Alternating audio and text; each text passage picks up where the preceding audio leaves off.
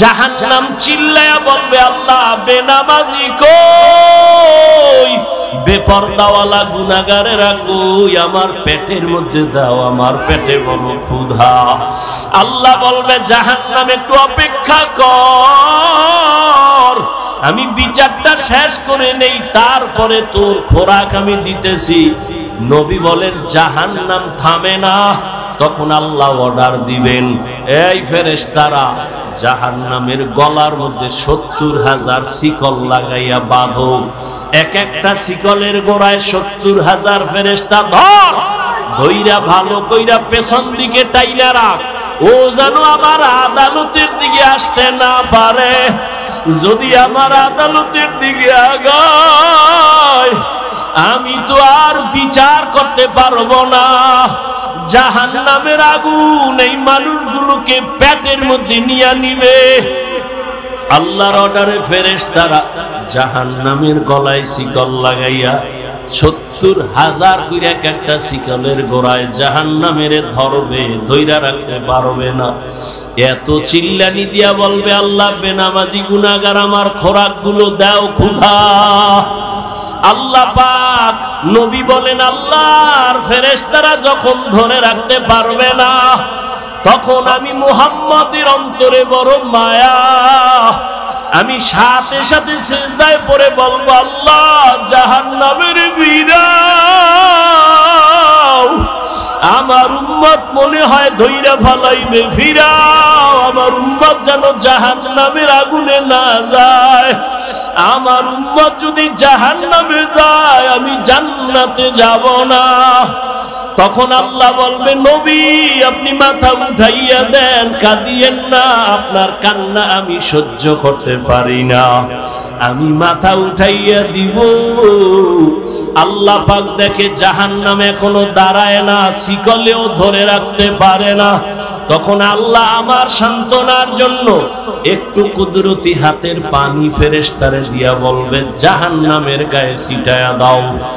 যখন জাহান্নামের গায়ে আল্লাহর দেওয়া কুদরতের জাহান্নাম দ্রুত গতিতে পেছনে ভাগতে থাকবে, ফেরেশতারা বলবেন আল্লাহ এতক্ষণ আমরা ৭০,০০০ শিকল লাগাইয়া যেই জাহান্নামের ধরে রাখতে পারি না, তুমি এমন কি বরকতের পানি দিছো যে জাহান্নাম এখন নিজে নিজে পেছনে দৌড়ায় ভাগতেছে, কারণ কি?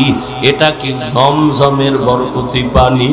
না কি এটা কাউসারের পানি? না এটা কি আবে হায়াতের পানি? না এটা দুনিয়ার বরকতের কোনো পানি? না তোমার বৃষ্টির পানি? না কোনো সমুদ্রের পানি? আল্লাহ বলবে ফেরেশতা এই পানি জমজমের পানিও না, কাউসারের পানিও না, এই পানি আবে হায়াতের পানিও না, এই পানি দুনিয়ার কোন সমুদ্রের পানি না, বৃষ্টির পানি না। আল্লাহ বলবেন আমার মায়ার নবীর গুনাহগার উম্মতের চোখের পানি। দুনিয়াতে আমার মায়ার নবীর উম্মতেরা গুনার কথা স্মরণ করে কাঁদত, মানুষ যখন ঘুমায়া যাইতো আমার আশিকের কান্না শুরু হয়ে যাইতো। গভীর রাতে সিজদায় পড়ে বলতো দয়ার মালিক আমার মতো গুনাহগার এই জমিনে আর কেউ নাই, গুনার কারণে আমার হাত না পাক, আমার চোখ না পাক, আমার জিহ্বা না পাক, আমার অন্তর না পাক। আয় আল্লাহ তোমার দেওয়া সূর্যের আলো পানি বাতাস সব নিয়ামত খাইয়া তোমার নাফরমানি করেছি, আজ আমি গুনার কারণে মনে হয় আমার জাহান্নাম ছাড়া উপায় নাই। আমার গুনার খবর আমার মাও জানে না, বাবাও জানে না, ভাই বোন স্ত্রী পরিবারের কেউ জানে না। আমার গুনার খবর আমার মা বাবায় যদি জানতো লাথি মেরে ঘর থেকে বের করে দিত।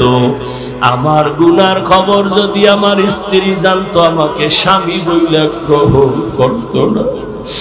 আমার গুনার খবর যদি আমার সন্তান জানতো কোনদিন আমাকে বাবা বলতো না। ও দয়ার মালিক যে তুমি কত দয়ার মালিক, তুমি আমার সব গুনার খবর জানো।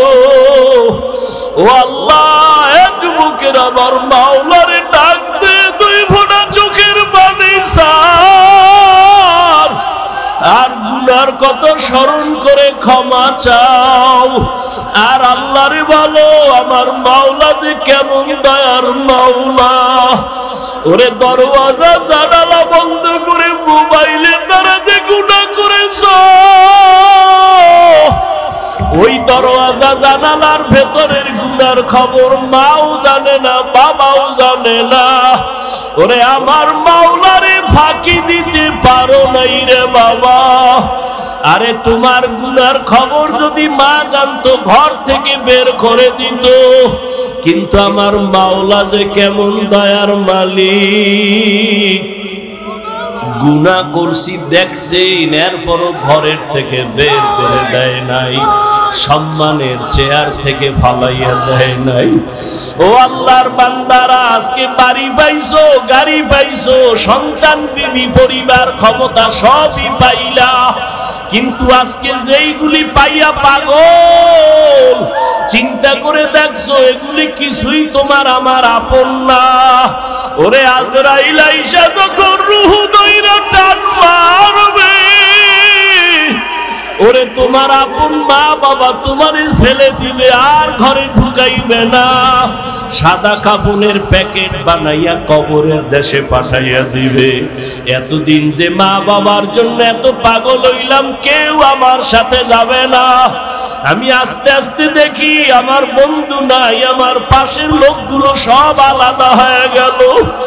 এক পর্যায়ে আবার সাদা কাপড়ে পেঁচাইয়া আমারে বাগ বাগানে নিয়ে রওয়ানা।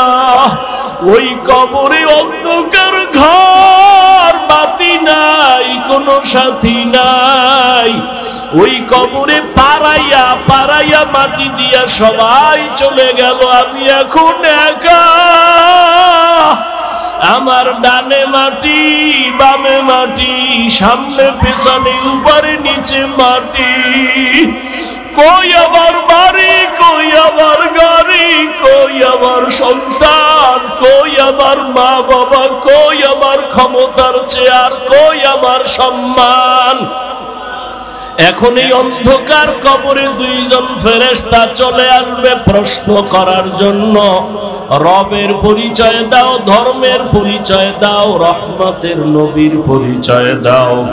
আমি যদি মাওলারে না চিনিয়া কবরের বিছানায় যাই, ওরে গুনাহগার বেনামাজি তখন বলবে হা হা লা আদরি, হা হা লা আদরি, হা হা লা আদরি। আফসোস, আমি কিছুই জানি না, কিছুই জানি না, কিছুই জানি না। আমার রবকে আমি চিনি না, আমার ধর্ম কি জানি না, মুহাম্মদ নবীকে আমি চিনি না। নবী বলেন, সাথে সাথে আমার মাওলা রাগান্বিত কুদরতি আওয়াজ দিবেন। আল্লাহ বলবেন, ফেরেশতা, এর সাথে আর ভালো ব্যবহার করার কোনো সুযোগ নাই। এই বান্দারে আমি দুনিয়াতে কত আদর করছি, আমি আল্লাহ কত নিয়ামত খাওয়াইলাম। আমার দেওয়া জমিনের ফসল খাইলো, গাছের ফল খাইলো, নদীর মাছ খাইলো, একবারও শুকর আদায় করে নাই, বরং আমার নাফরমানি করেছে। আলেম ওলামারা বুঝাইলো, বুঝে নাই, বিরোধিতা করেছে। এখন আর সুযোগ দেওয়া হবে না, এর জাহান্নামের শিকল লাগাও, কবরের ভেতরে জাহান্নামের বিছানা দাও। আল্লাহ রাগান্বিত হয়ে বলবে, নাফরমানের ধর, কবরের ভেতরে জাহান্নামের আগুন লাগায় দাও। আল্লাহ রাগান্বিত হয়ে বলবে, ও কবরের মাটি, এই গুনাহগারের দুই পার্শ্ব থেকে জোরে জোরে চাপ দাও। এমন জোরে দুই পার্শ্বের মাটি চাপ দিবে, সহ্য করতে পারবি রে যুবক। একটা মশার কামড় সইতে পারো না, বেতের বাড়ি সইতে পারো না, সূর্যের গরম সহ্য করতে পারো না, গুনাহ নিয়ে কবরে গেলে কেমনে মাটির চাপ সহ্য করবা? ওরে আল্লাহরে এখনো বন্ধু বানাও। আল্লাহর খাঁটি ওলি আল্লাহ যারা উলামায়ে কেরামদের বন্ধু বানাও। এখনো সময় আছে, তওবা করো আর আল্লাহকে বলো, মাওলা গুনাহ আর করবো না, নামাজ ছাড়বো না, বেপরদায় চলবো না, দাড়ি কাটবো না। আমার মাওলার আযাব বড় কঠিন। আল্লাহ এজন্য বলেছেন, মুসলমান না হইয়া মরণ বরণ করিও না। এখনো সময় আছে, তওবা করে নাও। স্কুলে পড়ো, কলেজে পড়ো, চাকরি করো, ব্যবসা করো, তওবা করো আর নামাজ ছাড়বা না, দাড়ি কাটবা না, বেপরদায় চলবা না। মা বাবার দোয়া নিয়া, উলামায়ে কেরামের দোয়া নিয়া, শিক্ষক মুরব্বীদের দোয়া নিয়া নবীর তরিকায় চলবা। আল্লাহর কাছে 2 ফোঁটা চোখের পানি ছেড়ে দাও। যদি কান্না না আসে, মনে করিও গুনার কারণে দিলটা পাথর হয়ে গেছে, আল্লাহ বেজার হয়ে গেছে। এখনো সময় আছে, আল্লাহকে বলো, আল্লাহ দিলটা নরম বানায়া দাও। ওরে ডানে বামে দেখো, তোমার মতো কত গোলামের চোখে পানি, তোমার আমার চোখে কেন পানি নাই? গুনার কারণে আল্লাহ বেজার। ওরে কান্নাওয়ালার কাছে হাতটা বাড়াইয়া দোয়া চাও আর বলো, ও কান্নাওয়ালা ভাই, আমার জন্য একটু দোয়া করেন। আমার গুনার কারণে আমার কলবটা পাথরের মতো শক্ত, আমার চোখে পানি আসে না। দোয়া, কান্নাওয়ালার দোয়া ফেরত যাবে না। আল্লাহর কাছে তওবা করো, মরিয়াও গেলে আর নামাজ ছাড়বা না, গুনাহ নিয়ে কবরে যাইবা না। যদি তওবার নিয়ত হয়, 2টো হাত আমার আল্লাহকে দেখাইয়া দাও। আয় আল্লাহ, হাতগুলো কবুল করে নেন, তওবা কবুল করে নেন। আয় আল্লাহ, তওবার উপরে মজবুত হইয়া চলার তৌফিক দান করেন, আমিন। কামা ফাদ্দালা মাকানান আলা মাকান ওয়া ইনসানান আলা ইনসান। ونشهد أن لا إله إلا الله وحده لا شريك له، لا ضد له ولا ند له ولا مثل له. ونشهد أن سيدنا وسندنا وحبيب ربنا وطبيبنا وطبيب قلوبنا ومولانا محمدا عبده ورسوله، أرسله بالحق بشيرا ونذيرا وداعيا إلى الله بإذنه وسراجا منيرا. اللهم صل على محمد النبي الأمي وعلى آله وسلم تسليما. وبعد، فأعوذ بالله من الشيطان الرجيم. بسم الله الرحمن الرحيم. يا أيها الذين آمنوا اتقوا الله حق تقاته ولا تموتن إلا وأنتم مسلمون. وقال النبي صلى الله عليه وآله وسلم: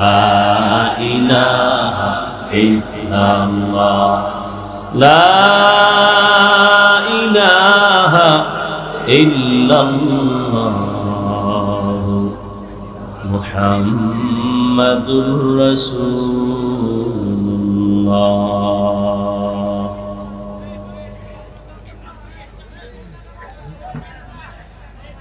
মাদ্রাসা তাহমিদুল কোরআন কর্তৃক আয়োজিত বার্ষিক ওয়াজ মাহফিল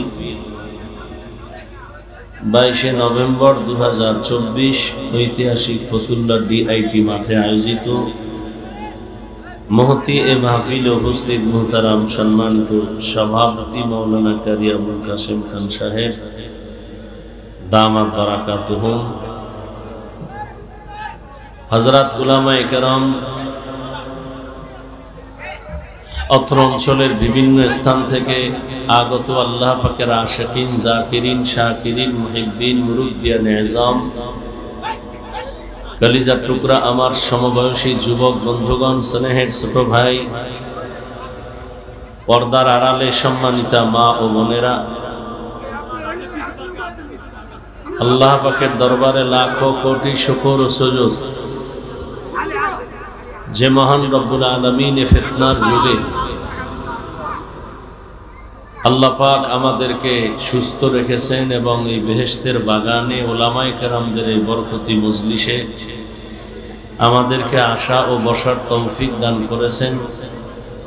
নেয়ামতের শুকর আদায়ার্থে ঈমানের আওয়াজকে উঁচু করে এক আওয়াজে উচ্চ কণ্ঠে দিল থেকে জবান খুলে মহব্বতে পড়ি আলহামদুলিল্লাহ। দরুদ ও সালাম সৈয়দুল মুরসালিন রাহমাতুল লিল আলামিন শফিউল মুজনিবিন খাতামুন নবিয়্যিন সৈয়দুস সাকালাইন ইমামুল মুরসালিন হযরত মুহাম্মদুর রাসূলুল্লাহ সাল্লাল্লাহু আলাইহি ওয়া আলিহি ওয়াসাল্লামের পর সর্বোপরি শুকর যাদের অক্লান্ত পরিশ্রমের মাধ্যমে আজ সুন্দর আয়োজন, সময় পরামর্শ অর্থ দিয়ে দোয়া করে উপস্থিত হয়ে মাইক লাইট প্যান্ডেলের ব্যবস্থাপনার মাধ্যমে সহযোগিতা যারা করেছেন প্রত্যেককেই আল্লাহ পাক রব্বুল আলামিন খেদমতের বরকতে দুনিয়াতে শান্তি, পরকালে চিরমুক্তির ব্যবস্থা করে দিন। হযরত উলামায়ে কেরাম দীর্ঘ সময় কোরআন সুন্নাহর আলোকে আলোচনা রেখেছেন, আপনারাও ধৈর্যের সাথে শুনছেন আলহামদুলিল্লাহ। অত্যন্ত গুরুত্বপূর্ণ আলোচনা রেখেছিলেন আমার আগে এই নারায়ণগঞ্জের সন্তান, ঐতিহ্যবাহী বারিদারা মাদ্রাসার সুনামধন্য মুহতামিম হযরত গুরুত্বপূর্ণ আলোচনা করেছেন। তার আগে আরো অনেক উলামায়ে কেরাম আলোচনা করেছেন। উলামায়ে কেরামের কথাগুলো সহি তরিকায় আমল করার তৌফিক আল্লাহ আমাদেরকে দান করেন। উলামায়ে কেরামের আলোচনা শুনবেন না কেন? জমিনের মধ্যে উলামায়ে কেরাম গোটা দুনিয়ার মানুষকে নিয়ে যেই ভাবাটা ভাবে, উলামায়ে কেরাম মানুষ কিভাবে শান্তিতে থাকবে, পরিবার নিয়ে, সন্তান নিয়ে, সংসার নিয়ে, সমাজ কিভাবে সুন্দর থাকবে, রাষ্ট্র কিভাবে সুন্দর থাকবে, সার্বিকভাবে উলামায়ে কেরাম যেই পরিমাণ উম্মত নিয়ে ভাবে, এই ভাবনাটা পৃথিবীর আর কারো মধ্যে নেই। কেউ বলতে পারবেন না যে হ্যাঁ অমুকে ভাবে, না। কেউ দল নিয়ে ভাবে, আমার দলটা গুছাই, কেউ নিজের পজিশন নিয়ে ভাবে, নিজের পরিবার নিয়ে ভাবে, কিন্তু পুরা দেশের মানুষের শান্তি সম্মান কিভাবে ঠিক থাকবে এ নিয়ে কেউ ভাবে না, একমাত্র উলামায়ে কেরাম। এজন্য আমি প্রায় সময় বলি যে উলামায়ে কেরাম ছাড়া আর নিঃস্বার্থ আপন বন্ধু এই উম্মতের আর কেউ নেই। উলামায়ে কেরাম আপনাদের জন্য সব দেন, আপনারা কি দেন? গালি, বিরোধিতা। সকাল 9টা থেকে সন্ধ্যা 6টা অথবা সকাল 8টা থেকে বিকাল 4টা পর্যন্ত সরকারি বেসরকারি একটা ব্যক্তি চাকুরি করে, এই ডিউটি এতটুকু, বেতন কত? 15,000, 20,000। আবার কম বেতন হইলে মনে করবেন এখানে আউট কিছু আছে, বেতন এত কম কেন? কয় এমনি এমনি বইরা যায় অনেক। আর একজন আলেমের ডিউটি কি? আপনাদের মসজিদের ইমাম 24 ঘন্টা কোথাও গেলে রিক্সার ড্রাইভার পর্যন্ত রিমান্ডের জিজ্ঞাসাবাদ শুরু করে, কই গেছিলেন? নামাজে দেখলাম না যে। তো ইমাম সাহেব কয় তুমি আমার জিগাও কে এত পাওয়ার হলো? আমি রিক্সার ড্রাইভার। কত পাওয়ার কি? 5 টাকা মাসে বেতন দেই, এই পাওয়ার। একটু চিন্তা করেন তো, 24টা ঘন্টা একটা আলেম মসজিদ নিয়ে ভাবে, মুসল্লি নিয়ে ভাবে, অন্য কোনো কাজ করার সুযোগ থাকে না। অন্য কাজে গেল এই কাজের হক আদায় হয় না। বেতন কত দেন? শহরে থাকলে 10,000, গ্রামে আরো কম। বাকি কত? 6 মাস। গ্রামে আরো ডবল। যিনি এত বড় মসজিদের সভাপতি তিনি কত দেন? বলে মাসে 100। সেক্রেটারি কত? 50। পুরো মাস দেওয়া হয় না, 6 মাস পরে একবার। একটু চিন্তা করেন তো, আল্লাহ কুকুরকে, হিংস্র প্রাণীকে আল্লাহ পাক গবেষণা করার মতো, ভাবার মতো মেধা আল্লাহ দেন নাই, মানুষকে দিছে। মানুষ ভাবো, কই ছিলা, কই আসো, কই যাইতেছে,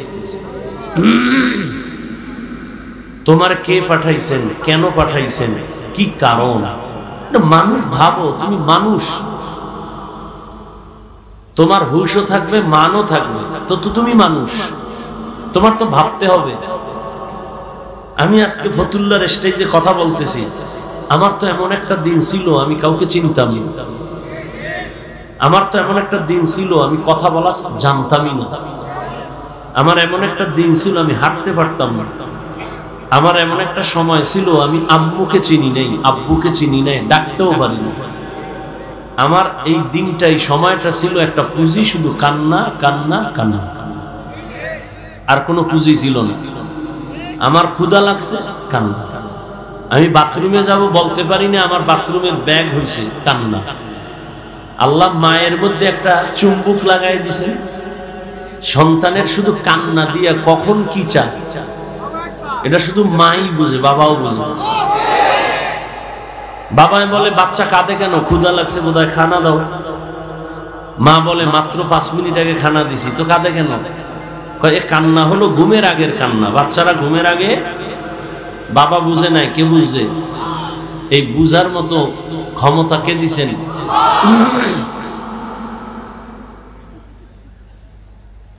দুনিয়াতে যা কিছু আছে এগুলো সব কিছু আল্লাহ দিছেন কেন? সূর্য, চন্দ্র, গ্রহ, নক্ষত্র, গাছপালা, পানি, বাতাস, আগুন, সব কিছু দিছেন।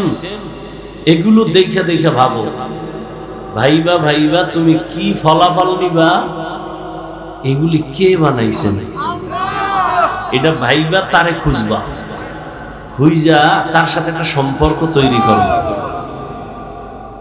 আল্লাযীনা ইয়াযকুরুনাল্লাহা কিয়ামান ওয়া কুউদান ওয়া আলা জুনুবিহিম ওয়া ইয়াতাফাক্কারুনা ফী খালকিস সামাওয়াতি ওয়াল আরদ রব্বানা মা খালাকতা হাযা বাতিলান সুবহানাকা ফাকিনা আযাবান নার।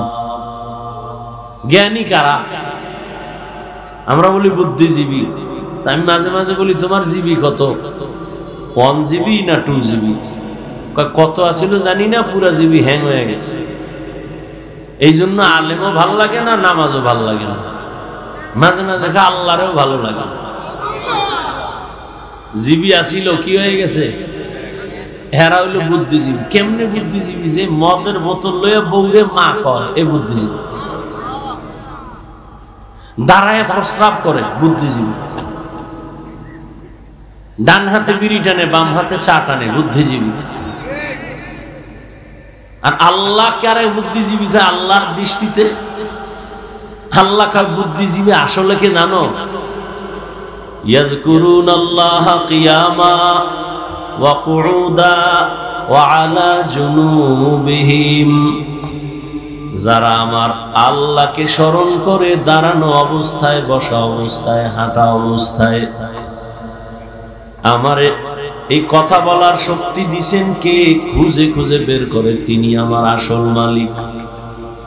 আমি ঘুমের মধ্যে মইরা গেছি, মরার দোয়াই তো করছিলাম, আল্লাহুম্মা বিসমিকা আমুতু, ও আল্লাহ তোমার নামে আমি মরি, মরে গেছি। তুমি যদি না উঠাও আমার মা উঠাইতে পারবে। যারা হাঁটা চলা অবস্থায় সব সময় গবেষণা করে আমাকে কে বানাইলেন, আমাকে কে দাঁড় করাইলেন, যিনি শক্তি দিছেন দাঁড়ানোর, ওই আল্লাহ যদি বসার শক্তি না দেয় বসতে পারবো না, বসার পরে যদি দাঁড়ানোর শক্তি না দেয় আমার আর দাঁড়ানো যাবে না। কদম একটা দিয়া সামনে কদম যদি দিতে না দেয় আমার আর কদম দেওয়া চলবে না। জ্ঞানী যারা এরা ভাববে আসমান কে বানাইলেন, একটা খুঁটি নাই, সামান্য একটা 3 খাটালের হ্যান্ডেল দুনিয়ার বাঁশগুলো দিয়ে খাড়া করছে। আর আল্লাহর এত বিশাল বড় আসমান, এখান থেকে 500 বছরের দূরত্ব প্রথম আসমান। এইভাবে একটা না 7টা আসমান আল্লাহ টানাইছেন, উপর দিয়ে কোনো রশিও নাই, নিচের থেকে কোনো খুঁটিও নাই, কোনোদিন নাড়াচাড়া করে না। এইভাবে বিনা খুঁটিতে এত সুন্দর নীল আকাশ কে টানায় রাখছেন? যারা জ্ঞানী তারা ভাবে এর পেছনে একজন মিস্ত্রি আছে, মালিক আছে। এই মালিকের এত চিনলাম না। বলখের বাদশাহ ইব্রাহিম ইবনে আদহাম মখমলের চাদরে আরামে ঘুমায়, হঠাৎ খবর শুনতেছে কে যেন ঠক ঠক করে আওয়াজ দেয় তার ঘুমের ছাদের উপরে, ঘুমের বিছানার উপরে। প্রহরীরে ডাক দিয়া বলে কে আওয়াজ দিল? কয় দেখি না তো কেউ রে। কয় আমি তো শুনলাম হাটে, কোনো আওয়াজ নাই। কে এমন সুন্দর আওয়াজ দিয়ে আবার চলে গেল? একজনে গাইবি আওয়াজ দিয়ে কইতেছে আমি আমার হারানো একটা ঘোড়া তালাশ করতে আইছি তোমার ছাদে। হারানো ঘোড়া কি ছাদে পাওয়া যায়? আল্লাহ আল্লাহদের একটা কথার মধ্যে অনেক কিছু ঢুকানো। আল্লাহ হেদায়েতের দরজা খুলতেছেন তো একটা বাহানা, একটা কৌশল অবলম্বন করছে। কাই বোকা, ছাদের উপর কি ঘোড়া পাওয়া যায়নি? বোকা তো তুমি। বলখের বাদশাহ ইব্রাহিম ইবনে আদহাম চমকে উঠে বসে গেলেন। এত বড় দুঃসাহস কার যে আমাকে বোকা বলল? এত বিশাল রাষ্ট্রের আমি মালিক, আমার কথায় পুরো দেশ চলে, আমাকে বোকা বলল কেন? বোকা বইলা কয় আমি বোকা না, তুমি বোকা। আমি যদি ছাদের উপরে ঘোড়া না পাই, তুমিও সুন্দর মখমলের বিছানায় ঘুমাইয়া তোমার মালিকের পাইবা না। ইনজেকশন একটা দিয়া নাই, ভিতরে জ্বালা শুরু হয়ে গেছে। এখন কয় আমার আসলে কে এরকম আওয়াজটা দিল? আওয়াজ তো দিছে আমার জীবনের মধ্যে একটা ধাক্কা দিয়ে ফেলছে। ভাবতেছে, জ্ঞানী মানুষ তো ভাবতেছে, ভাবতে ভাবতে ভাবতে ভাবতে মানুষ জমিনে বসে ভাবতে ভাবতে খালি উপরে উঠে, উঠতে উঠতে উঠতে উঠতে মহাশূন্যের উপরে চলে যায়। ভাবার দ্বারা মানুষ অনেক উপরে চলে যায়। এই ভাবাটারে তরিকাতের লাইনে বলে মুরাকাবা, মুজাহাদা, মুশাহাদা। বেদাতিরা এটারে বলে সাধনা। সাধনা কর 40 বছর পর্যন্ত প্রায় রাসূল সাধনা করেছেন বাইতুল্লাহ থেকে দূরে গিয়া হেরা পাহাড়ের গুহায় সাধনা করেছেন। এখন আপনার কাছে প্রশ্ন আমার, বাইতুল্লাহর দাম বেশি না হেরা পাহাড়ের দাম বেশি? বুঝেন না, বুঝলে জবাব দিবেন না, চুপ থাকবেন। উল্টা পাল্টা বললে ইমানের ঘাটতি হবে। বাইতুল্লাহর দাম বেশি না হেরা পাহাড়ের দাম বেশি? বাইতুল্লাহ। কোরআনের আয়াত দিয়া তো বাইতুল্লাহর দাম আল্লাহ বলেছেন, ইন্না আউওয়ালা বাইতিন উযিআ লিন-নাসি লাল্লাযী বিবাক্কাতা মুবারাকান ওয়া হুদা মুবারাকান ওয়া হুদাল লিল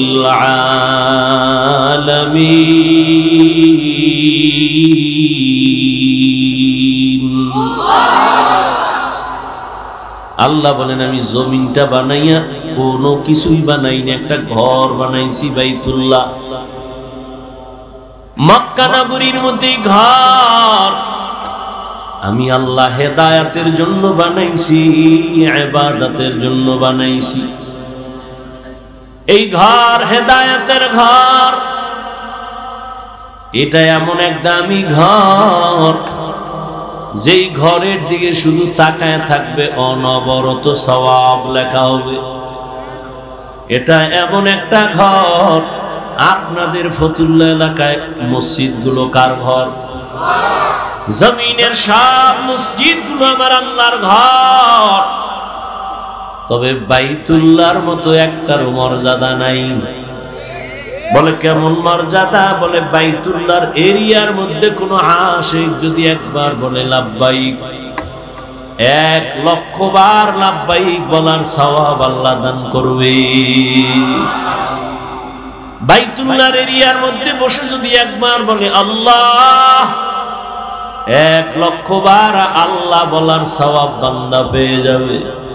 বাইতুল্লাহর এরিয়ার মধ্যে যদি একটা সিজদা করে আশিক, একটা সিজদার বরকতে 1,00,000 সিজদার সওয়াব পেয়ে যাবে। এরকম সওয়াব আর কোন মসজিদে আছে? এই পরিমাণ নাই। মদিনার মসজিদে আছে, নববী মসজিদে নববী। বাইতুল মাকদিসের মধ্যেও বড় সওয়াব, কিন্তু বাইতুল্লাহর সমান না। সবই তো আল্লাহর ঘর, কিন্তু বাইতুল্লাহর সমান ঘর তো সব ঘর না। ফতুল্লাহর এই মাঠে সবাই তো মানুষ, কিন্তু সবাই আল্লাহর আদালতে জ্ঞানী মানুষ না। আল্লাহর আদালতে জ্ঞানী হওয়ার জন্য মেট্রিক বিএ পাশ করা লাগে না, মাওলানা মুফতি হওয়া লাগে না, পীর হওয়া লাগে না।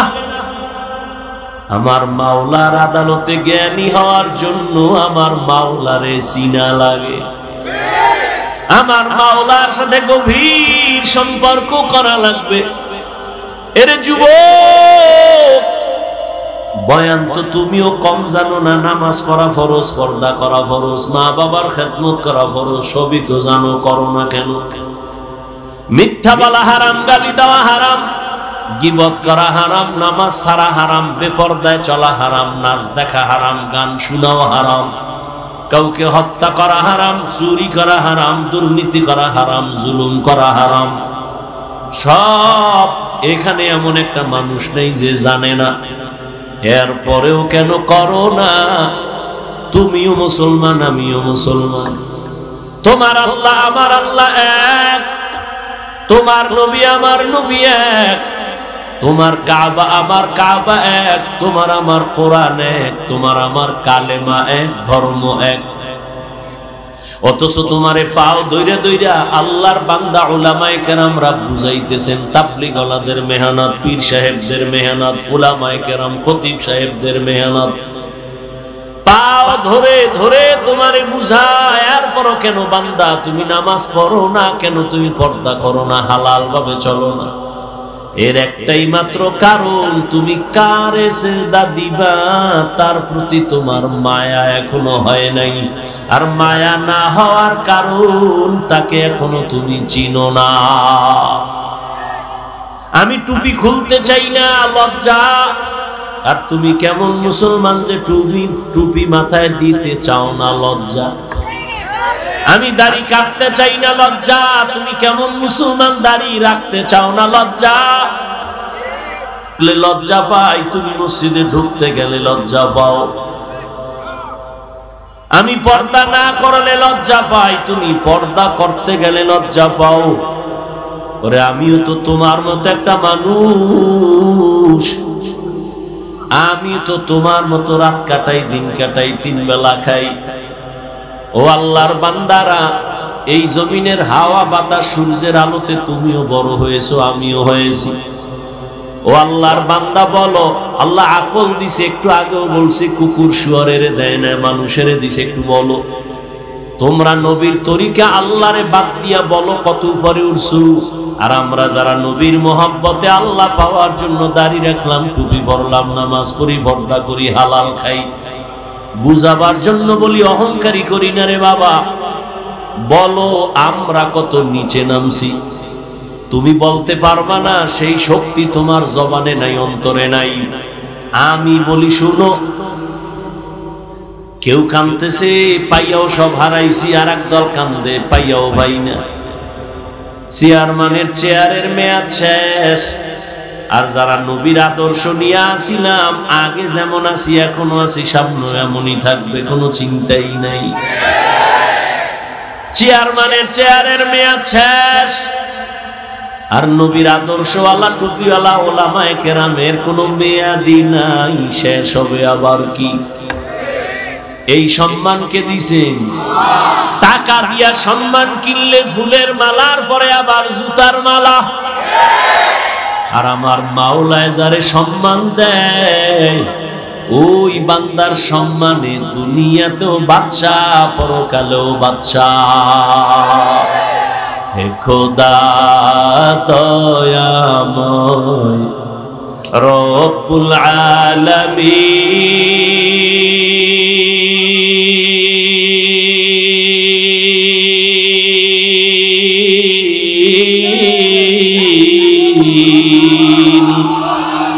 জীবনে মরণে ভয় কি হবে সেই দিন।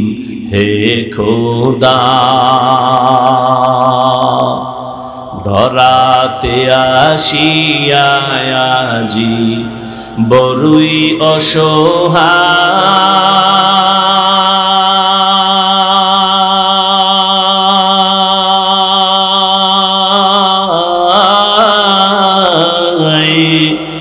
ইহকালের মায়া জালে অন্ধ যে সবাই।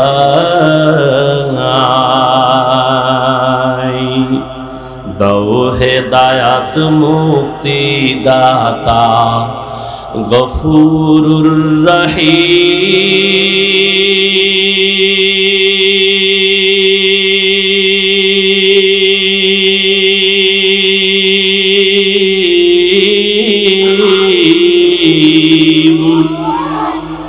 জীবনে মরণে ভয় কি হবে সেই দিন। হে খোদা, হে খোদা দয়াময় রব্বুল আলামিন,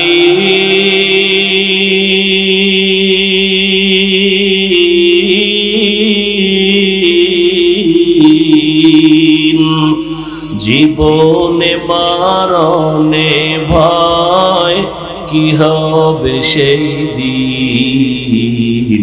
হে খোদা, এই চিন্তা করতে করতে আবু বকর জীবন কাটায় দিলেন। মরণে আমার কি উপায় হবে? পরশুদিন হাদিস দেখলাম, রহমতের নবী ইস্তেনজায় ঢুকছেন। ইস্তেনজা চিনেননি?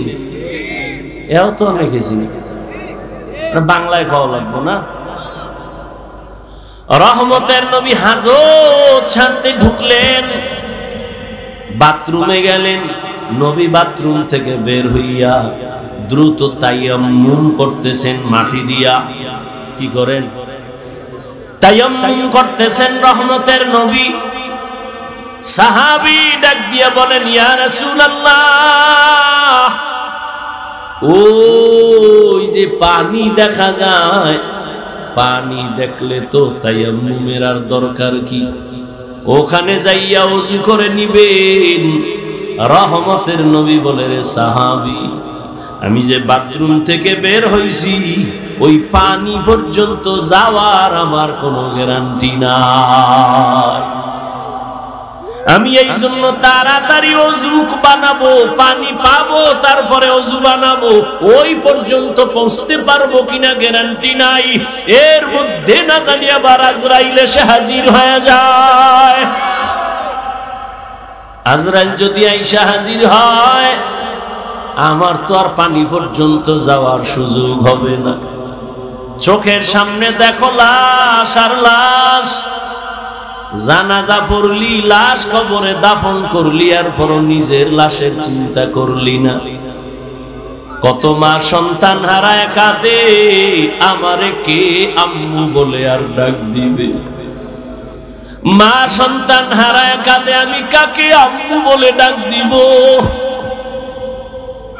এরে আল্লাহর বান্দা, ভাই ভাই হারায় কান্না করতেছে, স্ত্রী স্বামী হারায় কাঁদে, স্বামী স্ত্রী হারায় কাঁদে। ও আল্লাহর বান্দা, এই কান্না তো তুমি কাঁদো না, তবে লেখা রাখো তোমার ঘরেও কিন্তু কান্না আসতেছে। এমন কান্না শুরু হবে আর কান্না শেষ হবে না। ও আল্লাহর বান্দারা, এত বয়ান জানো, শুনো, এরপরও কেন মানো না রে বাবা? এর একমাত্র কারণ, আমার মালিকের দরবারে যে যাওয়া লাগবে, দাঁড়ানো লাগবে, হিসাব দেওয়া লাগবে, সে চিন্তাই নাই। এই চিন্তায় যারে ধইরা ফালাইছে, ওই বান্দার দিকে তাকাইলি দেখবা চোখের কোঠায় পানি। কিও ভাই, তোমার চোখে পানি কেন? বলে, আমি মালিকের আদালতে কেমনে দাঁড়াইয়া জবাব দিব? রহমতের নবী আম্মা জান আয়েশার হুজরায় ঘুমায়। হঠাৎ নবী বলেন, আমি যদি ঘুমাই, আমার চোখ বন্ধ থাকলে আমার অন্তর ঘুমায় না। হঠাৎ আমি কানের মধ্যে শুনি, কে জানো আমার মাথার পাশে মসজিদে নববীতে কান্না করে রাতের গভীর। আমি উঠলাম, উঠা আমি বের হইয়া তাকায় দেখি রাতের গভীরে নামাজে দাঁড়ায়া কে কান্না করে? দুনিয়ার কোনো সাধারণ কেউ না, আমার কলিজার সাহাবী, জান্নাতের 1 নাম্বার সার্টিফিকেটধারী সাহাবী আবু বকর নামাজে দাঁড়ায়া দাঁড়ায়া কান্না করতেছি। আমি নবী পেছনে অপেক্ষা করতেছিলাম। নামাজে জিজ্ঞাসা করলাম, ও আবু বকর, আপনি নামাজে দাঁড়ায় কান্না করেন কেন? আবু বকর বলেন, ইয়া রাসূলুল্লাহ, আমি আল্লাহর আদালতে কেমনে দাঁড়াবো সেই ভয়। হর কে দারত খৌফে হক দর দিল মাদাম, জান্নাতুল মাওয়া দেহত রামাকাম, জুজবা হকচি জে মখাজ ইনসুজা ফজলে উআ মস্তে দর জুমলা জাহা। এই আল্লাহর ভয়, আল্লাহর আদালতে দাঁড়ায় হিসাব দেওয়ার ভয়টা অন্তরে ঢুকানোর জন্য লাগবে একজন আল্লাহওয়ালার নেক নজর। এজন্য আল্লাহ বলেন, ইয়া আইয়ুহাল্লাযীনা আমানুত্তাকুল্লাহা হাক্কা তুকাতি, ও মুমিনেরা আল্লাহকে ভয় করো হক আদায় করে। ওয়ালা তামুতুন্না ইল্লা ওয়া আনতুম মুসলিমুন।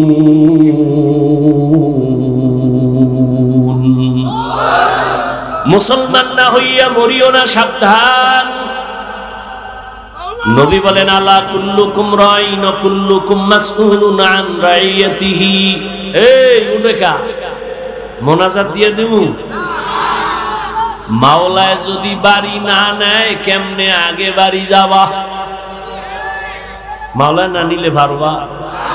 একজনে 1.5 ঘন্টা উঠে গেছে, তাড়াতাড়ি বাড়ি যাইব, আর একজনে মোনাজাত দিয়া কান্নাকাটি কইরে এরপরে রওনা হইছে বাড়ি যাব। ওই ঘটনা আছে না, সুলতান মাহমুদ গজনবীর ঘটনা, আয়াজের ঘটনা, এক ধনী বড় টাকাওয়ালা আর মালিক আর গোলামের ঘটনা। মালিক আর গোলাম বাড়ি যায়, হঠাৎ মালিকের কয়, গোলাম স্যার একটু দাঁড়ান, আমার একটু জরুরত আছে। কয় দাঁড়াই নাম। ঢুইকা গেছে মসজিদে, মসজিদে গিয়া সেজদায় যাইয়া কান্দে। মালিক অপেক্ষা করে, আয় না কেন? নাইমা গিয়া দেখে গোলাম সেজদায় পড়ে কাঁদে। ও মালিক, তোমার দরবারে হাজির, তুমি কবুল করো। দীর্ঘ টাইম অপেক্ষা কইরা গোলাম যখন বের হইতেছে, মালিক কয়, এত দেরি কেন করলা? কয়, যেই মালিক তোমারে মসজিদে ঢুকায় না, ওই মালিক আমারে যেন কেমন বের হইতে দেয় না। মাছ পানি ছাড়া ভাল লাগে না, মাছ পানি পাইলে মনে করে আমার জীবন। আরে আমার মাওলা পাকের যারা আশিক, আল্লাহর মোহাব্বতের যারা গোলাম, ওরা দুনিয়ার রং তামাশায় পইরে গেলে ভাল লাগে না। কখন জিকিরের ময়দানে ঢুকবে, কখন একটু আলেমের কাছে যাবে, কখন একটু কোরআনের তেলাওয়াতের আওয়াজ অন্তরে নিবে, কখন একটু জায়নামাজে দাঁড়াবে, কখন আমার মাওলাকে একটু মায়া কইরা ডাকবে, ও আল্লাহ। আরে আমার মাওলারে ডাকলেই তো বান্দা এত খুশি, আল্লাহর মোহাব্বত অন্তরে জমা হয়ে যায়। হানজালা নবীর সাহাবী, ঘটনা আপনারা নাম শুনছেন। হানজালা রহমতের নবীর বড় আশিক। একদিন রাস্তায় হাঁটে আর ঘুরে আর কয়, না ফাকা হানজালা, না ফাকা হানজালা, আমি হানজালা মুনাফিক হয়ে গেছি, মুনাফিক। ঘুরতে ঘুরতে দেখা ওমরের সাথে।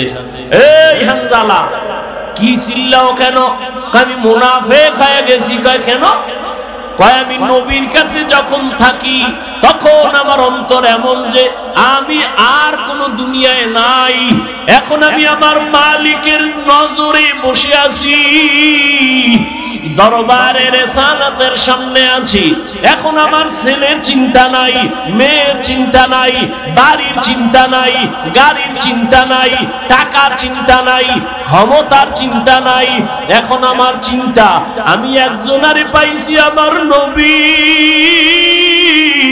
আমি এই নবীর হাত ধরে আমার মালিকের একটু কেমনে দেখবো, যেই নবীর চেহারা এত সুন্দর, একটা নজর নবীর চেহারার দিকে তাকাইলে পেটের ক্ষুধা থাকে না। মায়ার নবী এত সুন্দর, আমার মাওলা এর এত সুন্দর কইরা বানাইছেন। ওই মালিক আমার আল্লাহ না জানি কত সুন্দর। এত সুন্দর আসমান যিনি বানাইছেন তিনি কত সুন্দর, এত সুন্দর কণ্ঠ যিনি দান করছেন তিনি না জানি কত সুন্দর, এত সুন্দর রঙের ফুল বাগান সাজাইছেন তিনি কত সুন্দর। ওরে যারা মাওলার আশিক ওরা ভাবে আর খুঁজে আমার মালিক, আমার আল্লাহরে আমি তো এখনো পাইলাম না। ফুলের ঘেরান পাইলাম, কে বানাইলেন তারে তো পাইলাম না। ওরে আল্লাহর মোহাব্বত যার অন্তরে জমা হয়ে গেছে সে একবার আমার মাওলারে দেখার জন্য পাগল। হানজালা বলে, আমি নবীর দরবারে থাকলে আমার অন্তর থাকে একরকম, আমি নবীর দরবারের বাইরে গেলে তখন আমার অন্তর দুনিয়ামুখী হয়ে যায়। আমার ছেলে, আমার বাড়ি, আমার গাড়ি, আমার টাকা, আমার পয়সা, আমার ক্ষমতা, আমার চেয়ার, এই সব আমার অন্তরে এসে জমা হয়, আমি মুনাফিক হয়ে গেছি। ওমর কয়, তো এই অবস্থা তো আমারও হয়। নবীর দরবারে থাকলে দুনিয়ার কোনো চিন্তা নাই, আবার যখন নবীর দরবার থেকে বাইর হইয়া যায় তখন আবার দুনিয়া আমারে পেয়ে ফেলে, দুনিয়া আমাকে গ্রাস করে ফেলে। দুনিয়ার চিন্তা, ছেলের চিন্তা, মেয়ের চিন্তা আমাকে গ্রাস করে ফেলে। এবার কথা, চলো নবীর দরবারে চলো, সমাধান নেই। দোনোজনে যায়, মুনাফিক হয়ে গেছে। ওমরও কয় আমি মুনাফিক হয়ে গেছি, হানজালাও কয় আমি মুনাফিক হয়ে গেছি। হঠাৎ আবু বকর সিদ্দিক রাদিয়াল্লাহু তাআলা আনহুর সামনে দাঁড়ানো। এই ওমর, তুমি চিল্লাও কেন? কয় মুনাফিক হয়ে গেছি। হানজালাও কয় মুনাফিক হয়ে গেছি। কারণটা কি? বলে এই কারণ, নবীজির দরবারে যখন থাকি মনে হয় যেন দুনিয়াতে আমার আর কিছু নেই, নবী আমার কলিজা। আমি নবীর হাত লাগাই আমার মালিক আল্লাহর সঙ্গে মোলাকাত করব। কিন্তু নবীর দরওয়াজা থেকে বের হইলে তখন আবার ভুইকা যায় ছেলে, মেয়ে, স্ত্রী, পরিবার, দুনিয়ার চিন্তা। আবু বকর কয় অবস্থা তো আমারও, মনে হয় আমিও মুনাফিক হয়ে গেছি। আমার মাওলার ভয়। আর তুমি নামাজে দাঁড়াইয়াও দোকান নিয়ে ভাবো, নামাজে দাঁড়াইয়াও ছেলের চিন্তা, মেয়ের চিন্তা, ঘরের চিন্তা, ক্ষমতার চিন্তা। ওরে আবু বকর, নবীর দরবার থেকে বের হইলে দুনিয়া, নবীর দরবারে থাকলে দুনিয়ার চিন্তা নাই। এরপর ভয়, কান্নার আওয়াজ। আর তোমার আমার তো নামাজের মধ্যেও দুনিয়া ঢুকানো, জিকিরের মধ্যেও দুনিয়া ঢুকানো। তোমার আমার চোখে পানিও নাই, কোনো আফসোসও নাই রে বাবা। নবীর দরবারে গেলেন, রহমতের নবী বলেন, এমন যদি তোমাদের হয় আর ভয় লাগে, এটাই তোমাদের ঈমান যে শুদ্ধ পরিপক্ক, এটাই তার প্রমাণ। তোমাদের ঈমানে কোনো ভেজাল নাই। এরে নবী না আশেক ইব্রাহিম ইবনে আদহাম পাগলের মতো হয়ে গেল। কে আমাকে বোকা বলল? ঠিকই তো, আমার ওয়ার্ডারে বলখের মানুষগুলো দাঁড়ায় আর বসে, কিন্তু আমি তো একবারও চিন্তা করলাম না এই যে সূর্যটা উঠছে পূর্ব দিগন্তে, এই সূর্য তো আমার অর্ডারে উঠেও না, আমার অর্ডারে ডুবেও না। রাতের বেলা আকাশে চাঁদের আলো, আমার অর্ডারে চাঁদ উঠেও না, ডুবেও না। তাহলে এর পেছনে তো একজন মালিক আছে, নাই? ওই মালিকের তালাশ করছনি? এরে আল্লাহর বান্দা, তোমারে কেউ হাদিয়া পাঠাইছে, কে পাঠাইছে তার পরিচয় নাও। মোলাকাতের জন্য পাগল, দেখা করলে মনে হয় আরো হাদিয়া দিবে। যেই মাওলায় তোমারে আমারে মানুষ বানাইছেন, কুকুর বানান নাই, শুকর বানান নাই, আবার আখিরি নবীর উম্মত বানাইছে, এত সুন্দর জীবন আমাকে দান করছেন। আমার মতোই তো কত মানুষ। ওই যাও ডিআইটি মসজিদের বারান্দায় যাও, বাইতুল মুকাররমে জুমার দিন গিয়া দেখো, পাও নাই, ভিক্ষা করে।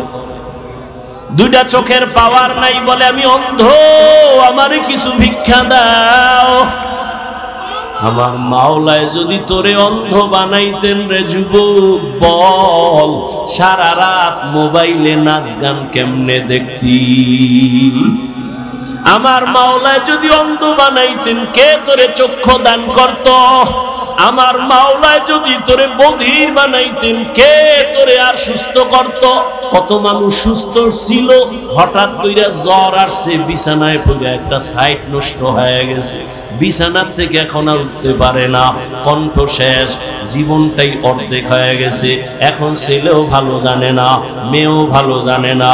ও আমার ফতুল্লাহ এলাকার মুসলমান বাবারা, ও বৃদ্ধ বাবাজি, ও যুবক, একটু চিন্তা করো বাবা।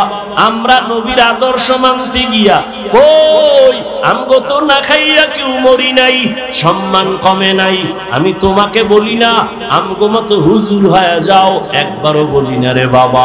বরং তুমি স্কুলে পড়ো আলহামদুলিল্লাহ, কলেজে পড়ো, চাকরি করো, ব্যবসা করো আলহামদুলিল্লাহ, তবে ওখানে থাইকেই তুমি আমার মালিকের সাথে একটা লাইন লাগাও, ওখানে থাইকা নামাজের সিজদা দাও। চাকরি করিয়াও কি তোমার মতো নামাজি নাই? ব্যবসা করে নামাজ ছাড়ে না এরকম জেনারেল লাইনের মানুষ কি নাই? তোমার মতো যুবক রাস্তায় গাড়ি চালায়, এক বেলার নামাজও ছাড়ে না, দাড়িও কাটে না। বলো বাবা তুমি কেন পারো না? তোমার মতো কত যুবক নদীর মধ্যে মাছ ধরে, নামাজ ছাড়ে না, বলো তুমি কেন পারো না? তোমার মতো যুবক স্কুল কলেজে পড়িয়াও নামাজ ছাড়ে না, বলো তুমি কেন পারো না? আসলে কি তোমার কপাল পুড়িয়ে গেছে, নাকি কোরআন হাদিস মিথ্যা মনে করেছো? যদি বলো হ্যাঁ, তো একটা ভুল কোরআন থেকে বের করে দাও, আমিও দাড়িটা কেটে ফেলি, নামাজ বন্ধ করে দেই। যদি কোরআনে ভুল হয় সবই ভুল, আল্লাহও ভুল। আর যদি বলো না আল্লাহর কোরআন সত্য, তো আল্লাহ আছেন সত্য। গুনাহ নিয়ে কবরে গেলে আযাব হবে, তাও সত্য। নেক আমল নিয়ে যদি যাও জান্নাত পাইবা, তাও সত্য। আল্লাহর কোরআন মিথ্যা না সত্য? ওই কোরআনে জান্নাতের বয়ান আসেনি, ওই কোরআনে জাহান্নামের বয়ান আসেনি। কে জান্নাতে যাবে, কে জাহান্নামে যাবে আল্লাহ তাও বলেছেন। মনটাকে শুধু বুঝাইও। হাফিজুর রহমান ভাই তো আমাদেরকে হুজুর হওয়ার জন্য তাকিদ দেয় নাই, হাফিজ ভাই তো কওমি মাদ্রাসায় যাইতে বলে নাই, হাফিজুর রহমান তো তাবলীগ না গেলে জাহান্নামে যাবা বলে নাই। কি বলছে? স্কুলে পড়লেও নামাজ ছাড়া যাবে না। স্কুলে পড়িয়াও তো আমার মতো যুবক নামাজ পড়ে, আমি কেন পারি না? আমার মতো যুবক চাকরি করে, নামাজ পড়ে, আমি কেন পারি না? আমার মতো যুবক ব্যবসা করে, নামাজ পড়ে, আমি কেন পারি না? আমার কপাল বুঝি খারাপ, গুনার কারণে আল্লাহ বুঝি আমার উপরে বেজার হয়ে গেল। এখনো সময় আছে, তওবার দরজায় ফিরে আসো। আল্লাহ তাআলা বারবার ডাকে, আয়, কই যাবি বান্দা আয়। যেদিকেই যাবি জাহান্নাম ছাড়া আর কিছুই নাই। আমার দরজাটা শান্তির আর রহমতের দরজা, তওবা কর, জীবনের সব গুনাহ মাফ করে দিব।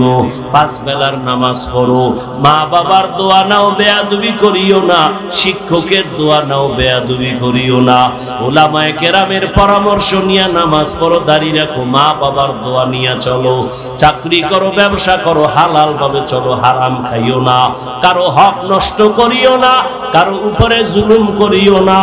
যদি এমত অবস্থায় তুমি নেক আমল নিয়ে কবরে যাইতে পারো, তোমার কবর হবে জান্নাতের বাগান।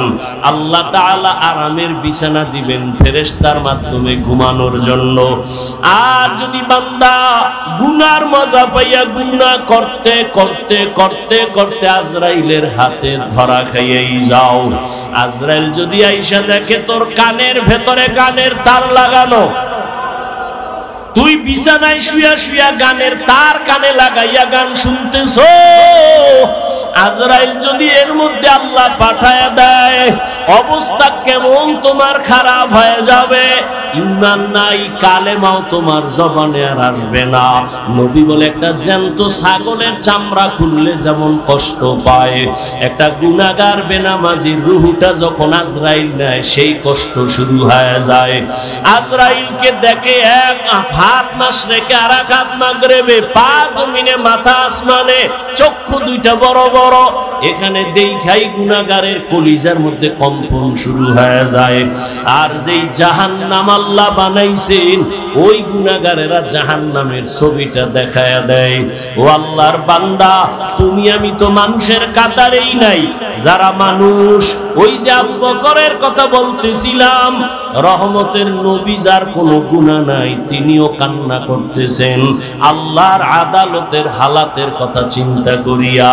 আম্মা জান আয়েশা রাদিয়াল্লাহু আনহা বলেন, নবীজিকে আমি জিজ্ঞাসা করলাম, নবী আমার রুমে বৈশা কাঁদেন কেন? নবী বলেন, ও আয়েশা, হাসরের ময়দানে আমার উম্মতের কি উপায় হবে, এই চিন্তায় আমি কান্না করতেছি। আম্মাজান বলেন, ও নবী, হাসরের মাঠটা কেমন হবে? নবী বলেন, আয়েশা, এই জমিনটা হবে কিয়ামতের মাঠ, আরাফার ময়দান হবে আল্লাহর বিচারালয়, আদালত। এই দুনিয়ায় তো বড় বড় মাস্তান তো চলে গেল, আল্লাহর কোরআনের একটা ভুল বের করতে পারে নাই, নবীর একটা কথার মিথ্যা প্রমাণ করতে পারে নাই। আল্লাহর নবী বলেন ওই হাদিস এখনো আছে, কোরআন এখনো আছে। আম্মা জানা আয়েশাকে নবী বলেন কিয়ামতের ময়দান এমন এক অবস্থা হবে পুরো জমিনটা সমান হবে। সূর্যটা এখন তো বিজ্ঞানীরা বলে জমিন থেকে 9,30,00,000 মাইল উপরে। কিয়ামতের ময়দানে আল্লাহ অর্ডার করবে সূর্য নিচে নেমে আয়, তোর যত মুখ আছে নিচে কর, যত তাপ আছে তাপ জমিনে ছাড়। সূর্যের তাপে জমিনটা পুড়িয়া তামা হয়ে যাবে। স্বর্ণ হবে না কেন? জমিনটা পুড়িয়া রূপা হবে না কেন? পিতল হবে না কেন? মুফাসসিরিনে কেরাম বলেন স্বর্ণ, রূপা, তামা, পিতল এগুলো হবে না।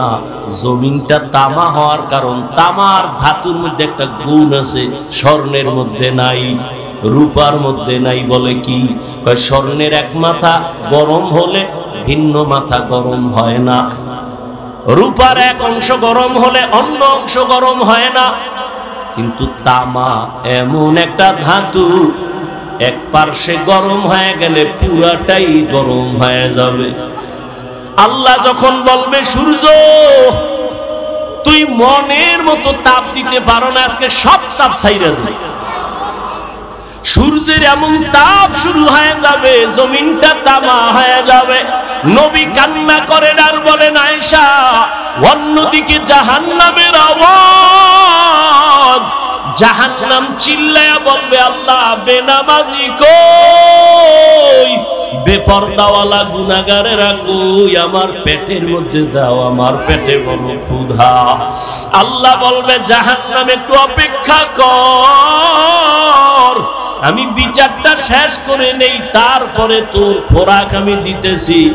নবী বলেন জাহান্নাম থামে না, তখন আল্লাহ অর্ডার দিবেন এই ফেরেশতারা জাহান্নামের গলার মধ্যে 70,000 শিকল লাগাইয়া বাঁধো, এক একটা শিকলের গোড়ায় 70,000 ফেরেশতা ধর, ধইরা ভালো কইরা পেছন দিকে টাইলা রাখ, ও যেন আমার আদালতের দিকে আসতে না পারে।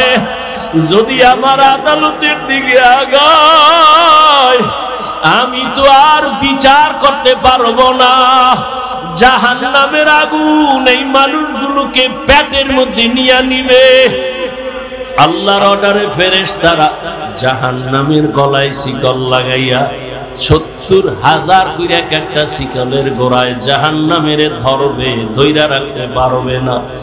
এত চিল্লানি দিয়া বলবে আল্লাহ বেনামাজি গুনাহগার আমার খোরাকগুলো দাও ক্ষুধা। আল্লাহ পাক নবী বলেন আল্লাহর ফেরেশতারা যখন ধরে রাখতে পারবে না, তখন আমি মুহাম্মদের অন্তরে বড় মায়া, আমি সাথে সাথে সিজদায় পড়ে বলবো আল্লাহ জাহান্নামের ফিরাও, আমার উম্মত মনে হয় ধইরা ফালাইবে, ফিরাও, আমার উম্মত যেন জাহান্নামের আগুনে না যায়। আমার উম্মত যদি জাহান্নামে যায় আমি জান্নাতে যাব না। তখন আল্লাহ বলবে নবী আপনি মাথা উঠাইয়া দেন, কাঁদিয়েন না, আপনার কান্না আমি সহ্য করতে পারি না, আমি মাথা উঠাইয়া দিব। আল্লাহ পাক দেখে জাহান্নাম এখনো দাঁড়ায় না, শিকলেও ধরে রাখতে পারে না। তখন আল্লাহ আমার সান্ত্বনার জন্য একটু কুদরতি হাতের পানি ফেরেশতারে দিয়া বলবে জাহান্নামের গায়ে ছিটায়া দাও। যখন জাহান্নামের গায়ে আল্লাহর দেওয়া কুদরতের জাহান্নাম দ্রুত গতিতে পেছনে ভাগতে থাকবে, ফেরেশতারা বলবেন আল্লাহ এতক্ষণ আমরা 70,000 শিকল লাগাইয়া যেই জাহান্নামের ধরে রাখতে পারি না, তুমি এমন কি বরকতের পানি দিছো যে জাহান্নাম এখন নিজে নিজে পেছনে দৌড়ায় ভাগতেছে। কারণ কি? এটা কি জমজমের বরকতি পানি? না কি এটা কাউসারের পানি? না এটা কি আবে হায়াতের পানি? না এটা দুনিয়ার বরকতের কোনো পানি? না তোমার বৃষ্টির পানি? না কোনো সমুদ্রের পানি? আল্লাহ বলবে, ফেরেশতা এই পানি জমজমের পানিও না, কাউসারের পানিও না, এই পানি আবে হায়াতের পানিও না, এই পানি দুনিয়ার কোন সমুদ্রের পানি না, বৃষ্টির পানি না। আল্লাহ বলবেন আমার মায়ার নবীর গুনাহগার উম্মতের চোখের পানি। দুনিয়াতে আমার মায়ার নবীর উম্মতেরা গুনার কথা স্মরণ করে কাঁদত। মানুষ যখন ঘুমায়া যাইতো আমার আশিকের কান্না শুরু হয়ে যাইতো। গভীর রাতে সিজদায় পড়ে বলতো, দয়ার মালিক আমার মতো গুনাহগার এই জমিনে আর কেউ নাই। গুনার কারণে আমার হাত না পাক, আমার চোখ না পাক, আমার জিহ্বা না পাক, আমার অন্তর না পাক। আয় আল্লাহ, তোমার দেওয়া সূর্যের আলো, পানি, বাতাস সব নিয়ামত খাইয়া তোমার নাফরমানি করেছি। আজ আমি গুনার কারণে মনে হয় আমার জাহান্নাম ছাড়া উপায় নাই। আমার গুনার খবর আমার মাও জানে না, বাবাও জানে না, ভাই বোন স্ত্রী পরিবারের কেউ জানে না।